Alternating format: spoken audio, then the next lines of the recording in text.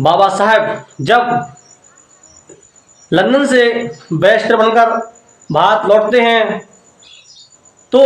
बाबा साहब अपना ठिया जमाने के लिए कचहरी के अंदर जाते हैं, क्योंकि आप लोगों ने देखा होगा कि हर वकील का कोई ना कोई ठिया होता है। जब बाबा साहब कचहरी के अंदर प्रवेश करते हैं और अंदर पहुंचते हैं तो वहां के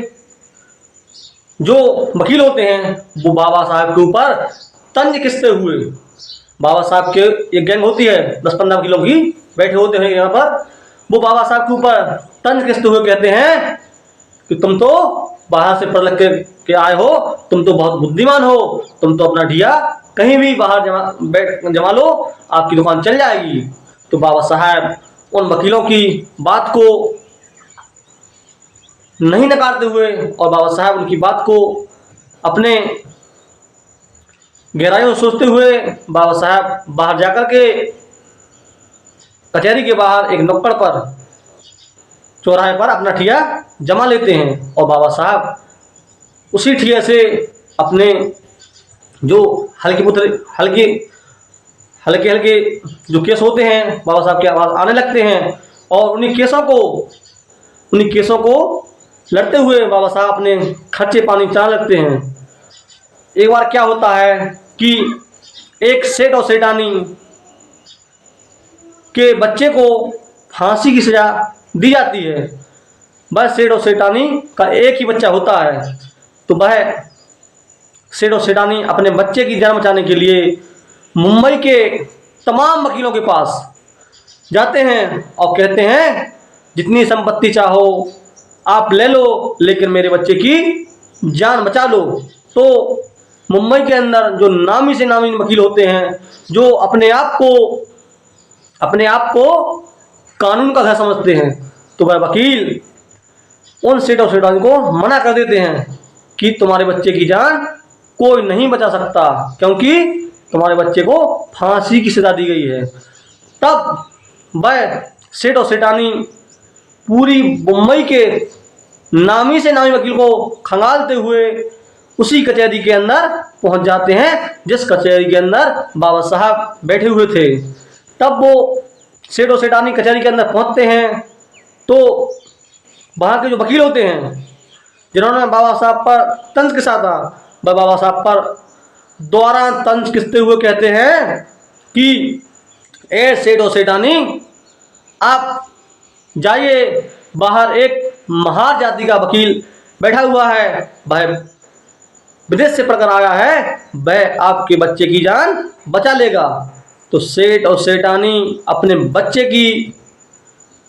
जो फांसी सजा दी गई थी और उनके बच्चे की जान खतरे में क्या जान ही जाने वाली थी,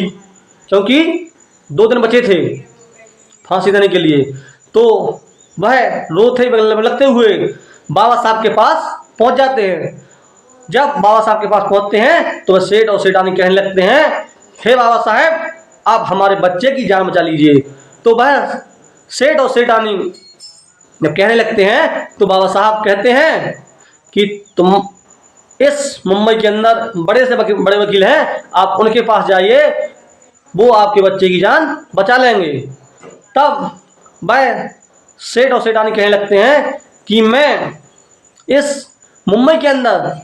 तमाम वकीलों के पास होकर के आया हूँ, किसी ने मेरे बच्चे की जान बचाने को नहीं कहा है, किसी ने मेरे बच्चे का केस लड़ने को नहीं कहा है, सभी वकीलों ने मना कर दिया है और मैं आपके पास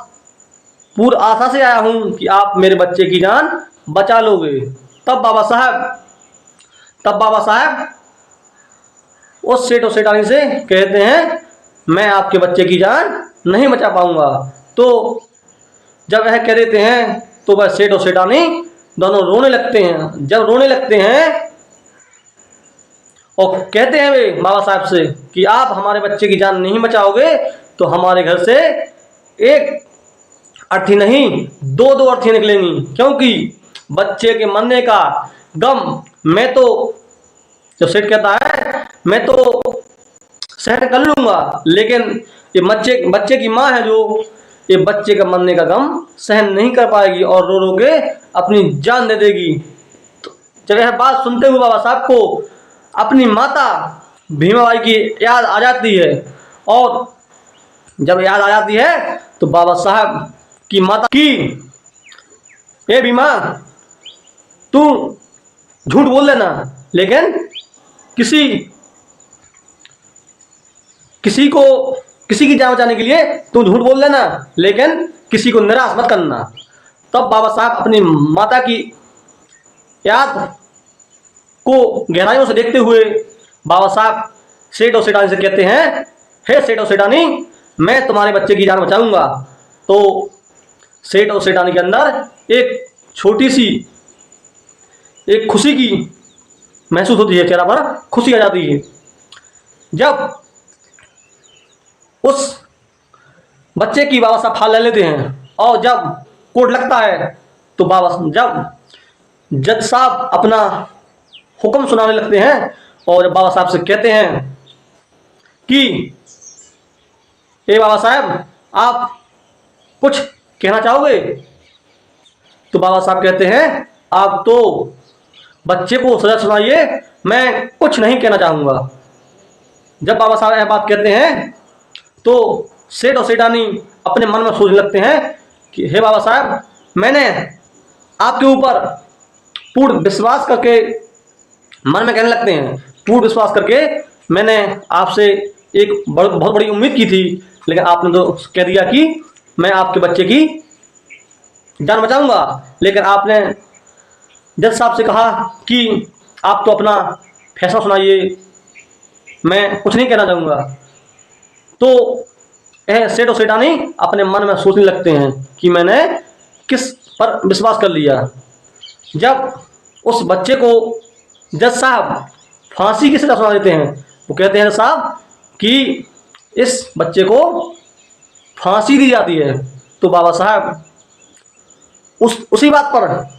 खड़े उतरते हैं और जब बच्चे को फांसी देने के लिए ले जाया जाता है और बच्चे को वहाँ पर फांसी गले में डाल दी जाती है, और जब जो जल्लाद होते हैं वह रस्सी खींचने को तैयार होते हैं, तो बाबा साहब कहते हैं कि रुक जाइए, आपने बच्चे को फांसी देने का कोर्ट से जो जज साहब ने फैसला सुनाया था, केवल फांसी देने के लिए सुनाया था, इस बच्चे की आप जान नहीं ले सकते। तो बाबा साहब की उस हजारों की संख्या भीड़ में बाबा साहब की जय जयकार होने लगती है, और वह बाबा साहब उस बच्चे की जान को बचा करके और सेठ और सेठानी को सौंप देते हैं और कहते हैं, ये आपका बच्चा है, आप ले जाइए। तब वहाँ के जो मनुवादी वकील होते हैं, सबका सिर नीचा हो जाता है। तभी से जो कोर्ट के अंदर फैसला सुनाया जाता है तो उसमें कहा जाता है कि इस बंदे को सजाए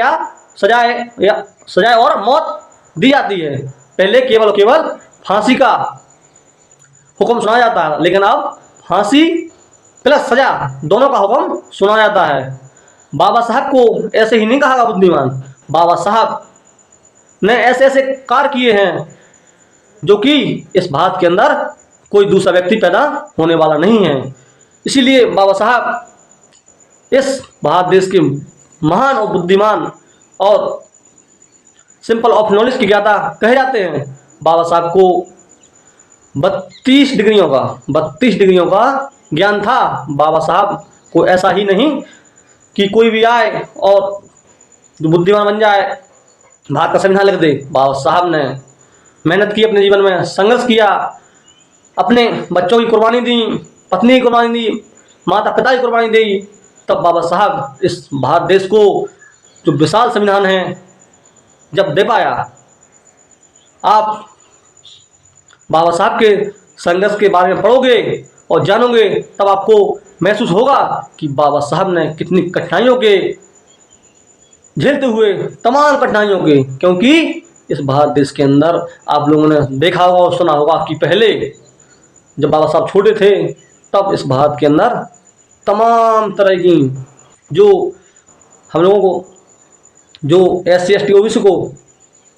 तमाम तरह के अधिकार नहीं थे।